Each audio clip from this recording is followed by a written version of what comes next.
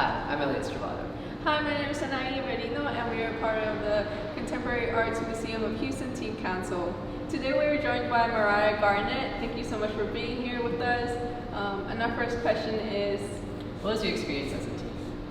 My experience as a teen, I was really goofy as a teen, and spent a lot of time in like fantasy.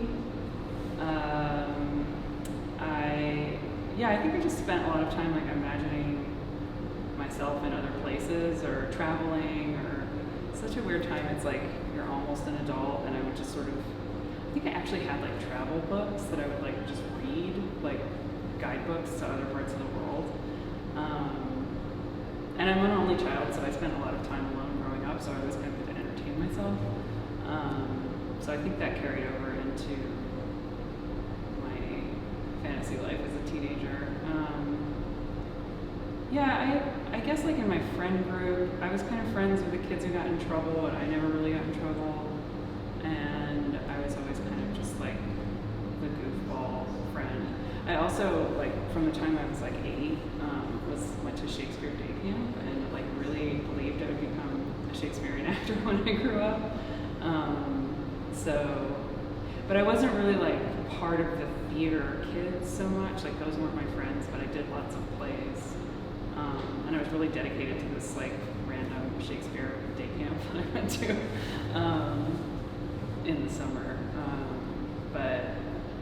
I think I was a lot of things as a teenager. I got really good grades, but I hung out with the bad kids.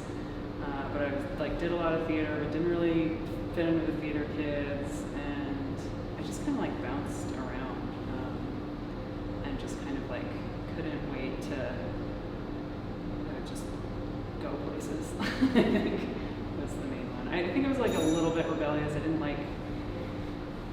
really like being told what to do, so I like to sort of like push the limits a little bit, but never really like step over them too far, because I was too scared to get into major trouble.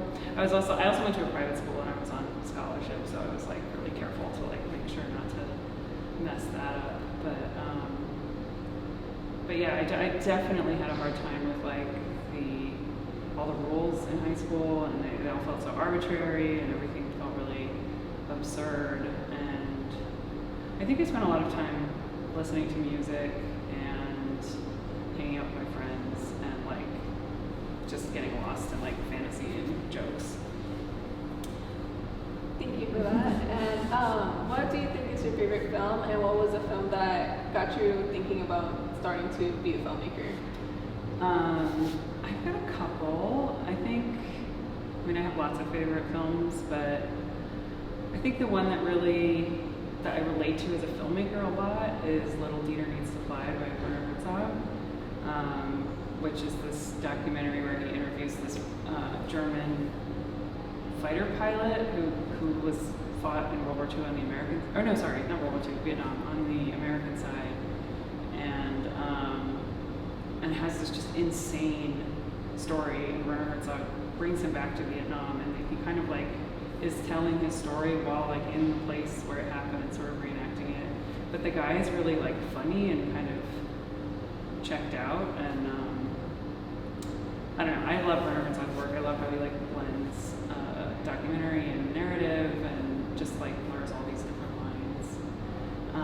And then we were just talking about this before the camera went on, but I think as a kid, one of my favorite films was Labyrinth, and I used to watch it over and over and over again. It came out, I was probably 8 years old when it came out, and I really loved how it felt like it had all the thrills of like that I seek in a movie now.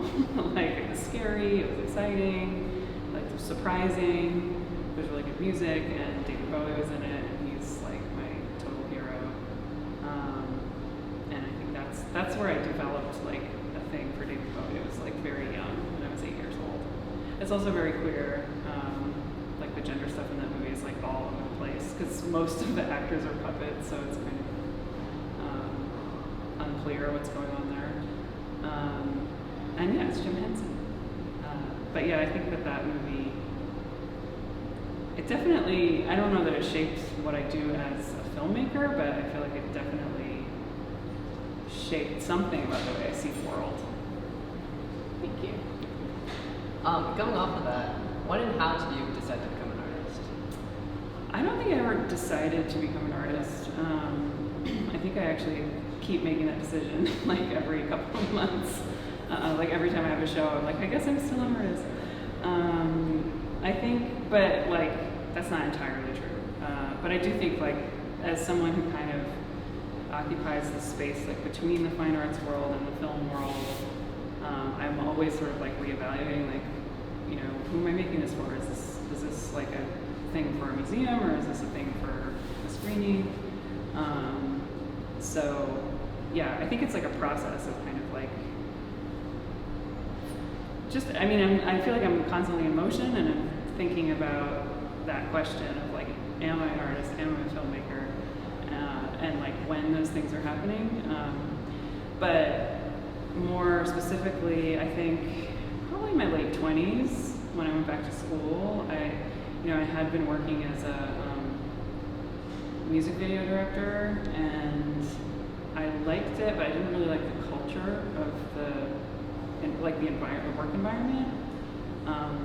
I didn't make any friends. Like I just wasn't really meeting people. It's not like I didn't like the people I was meeting, I just didn't meet any people that I really connected with. And then I met all these artists in LA, and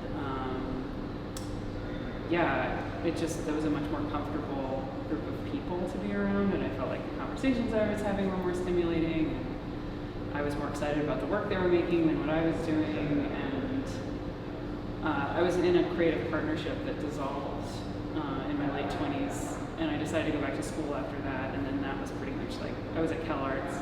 I was in the film program at CalArts, but CalArts is an art school, so even in that school, I was like more aligned, I think, with the people I was meeting in the art program to a certain extent. So yeah, I think for me, a lot of it was like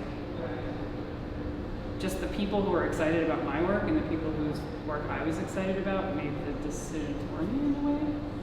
Just where I kind of like felt most comfortable and excited was in groups of artists in the art world, as opposed to like, because I think like with film, like conventional film, it's so much about like making something happen within a prescribed form, and I'm really excited about playing with the form.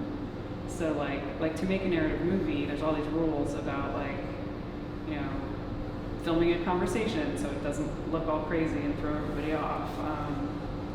And so there's this, and then there's like the story arc, and like I appreciate that. I like watching movies that like adhere to the conventions of narrative cinema, but I don't like doing it. It stresses me out, and it's not exciting to me. Again, like the rules thing, I never thought about that really, like linked it to high school, but yeah, I really like playing with the form and seeing what I can get away with, like manipulating like what a film, like the body of the film as opposed to like what it's about is. I mean both, but like that's I think what made me gravitate more towards art, because other people were doing that in video in the art world. Thank you so much. I want to ask, how has your experiences and your identity translated onto the films and art that you are making now?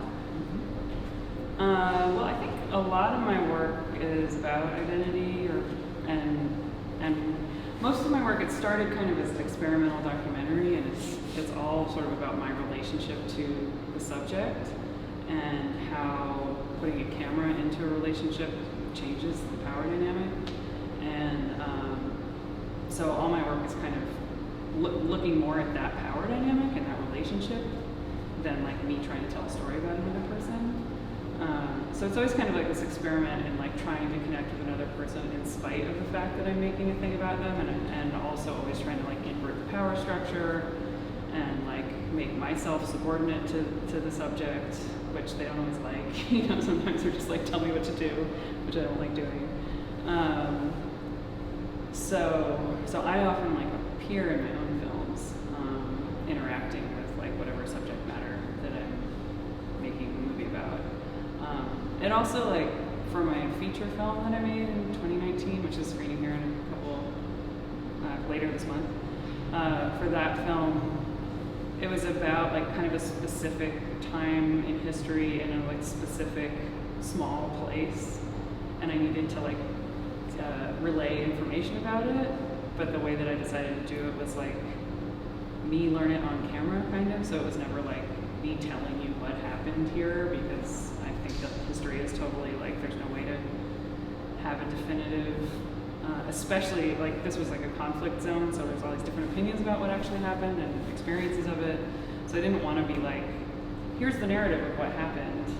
I wanted to be like, this is what I absorbed and what people were telling me, and these are the people that were telling me, and sort of play like the dummy who gets who the audience, or two audiences from America get to like understand what's happening there. And I think that film actually like was like a bridge to this work that I'm making now, because this work is all based on opera and working with musicians, which I've never done before. It's always like just working with another artist or just a random person. So this one, I feel like that's what I'm trying to do here, is like understand the content and like position myself as someone who's learning and like the audience can learn through, as opposed to like do a lot of research and become authority on a topic and then make a movie where with an authoritative voice. It's more like I'm having these experiences and trying to make work around these experiences and like convey the experiences to the audience. If that makes sense. Thank you. What do you hope that visiting teens will get out of your exhibit? That's a good question. Well, I hope that visiting teens will, I don't know, we were just saying it's like kind of a good summer show for Houston because it's cool and dark and it's sort of like soothing music. So I hope it'll be relaxing for visiting teens. I hope it'll also like show different ways about thinking about identity and like relationships to content that is sort of murky and like potentially problematic, that is sort of like that, finding ways to relate to that material that's not just straightforward. So, I mean, I think my approach to making work about identity in general is really like murky, and I think identity itself is something that shifts a lot over time, and language around identity shifts constantly. So I hope that like a more complex picture of like the intersections between like, you know, between identity and history and human interactions and art making will kind of like converge in a way that's exciting for teens. Thank you.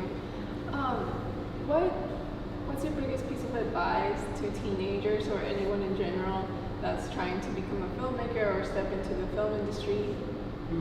Well, I haven't had a whole lot of success in the film industry, so I don't know if I have great advice, but I think just keep making work.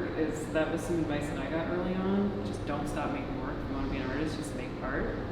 And I think that has been really helpful. If I've ever like doubted, you know, what my path was, or you know, what I should be doing, or if what I was doing was any good, or you know, there's all kinds of like doubts that come along with the career aspect of being an artist or a filmmaker. Like, did I say yes to the right show? Did I blah blah blah? To go back to just like keep making work has been really helpful, because that's why I do this, is because I like making work, not because of all of the other like maintenance stuff around the career. But it can get a little overwhelming and a little bit distracting, especially with like social media and like everybody's kind of like promoting their brand in some way, or like sharing about all the amazing things they're doing, which I'm doing right now with CAMH. Maybe hopefully not making someone else feel bad, but you know, we're all susceptible to it. So like, I think whenever I'm in doubt, I go back to I try to go back to keep making work. And then also like just generally I guess just for anybody, like find your people. I think for me that was the most important thing. And that's kind of, like I said earlier, what made me become an artist arts is like, those are the people I want to be around.